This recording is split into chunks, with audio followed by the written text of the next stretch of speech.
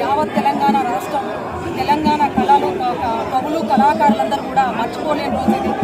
ఎందుకంటే తను ఎక్కడో పుట్టి ఎక్కడో పెరిగి చిన్న బాల్య వయసులో ఎన్నో ఇబ్బందులు పడి ఎన్నో ఇబ్బందులు ఎదుర్కొని ఒక చదువురాని వ్యక్తి ఇవాళ ఒక రాష్ట్ర ముఖ్యమంత్రి గారే వచ్చి ఇక్కడ కార్యక్రమాన్ని తన జరిపించేంతటువంటి గొప్పగా ఎదిగినటువంటి వ్యక్తి అందశ్రీ గారు.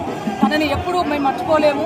ఈ తెలంగాణ యావత్ ప్రజానీకం ఎప్పటికి కూడా ఆయన ఆటలు, ఆయన పాటలు, ఆయన మాటలు మా మదిలో ఎప్పుడూ ఉంటాయి.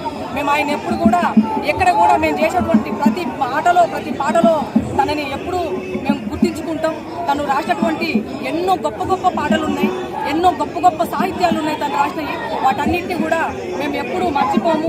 వాటన్నిటిని తను ఏ ఆశయాలనైతే ముందు పెట్టుకొని తన కుటుంబాన్ని సైతం పక్కకు పెట్టి తను ఒక పూరి గుడిసెలో జీవితాన్ని గడిపిండో అదే విధంగా మేము ఈరోజు అందశ్రీ గారి బాటలో నడిచి ఆయనకున్నటువంటి ఆశయాలను కూడా మేమంతా కలిసి ముందుకు తీసుకుపోతామని ఇక్కడ మేము తెలియజేస్తున్నాము. ఈరోజు మేము మా లైఫ్లో మేము ఎప్పటికీ మర్చిపోలేని రోజు. తను చాలా చనిపోయిందని మేము అనుకుంటున్నాం, కానీ తను శరీరకంగా చనిపోయినా తను మన ముందు లేకపోయినా తన ఆటపాటలు మాత్రం ఎప్పుడూ మాలో మెదుగుతూనే ఉంటాయి. మేము ఆట ఆడి పాట పాడి మేము ఎక్కడ గజ్జె కడితే మా మోగే గజ్జలో ఉంటాడు, మేము డప్పు కొడితే మా మోగే డప్పులో ఉంటాడు, మేము పాట పాడితే మా గొంతులో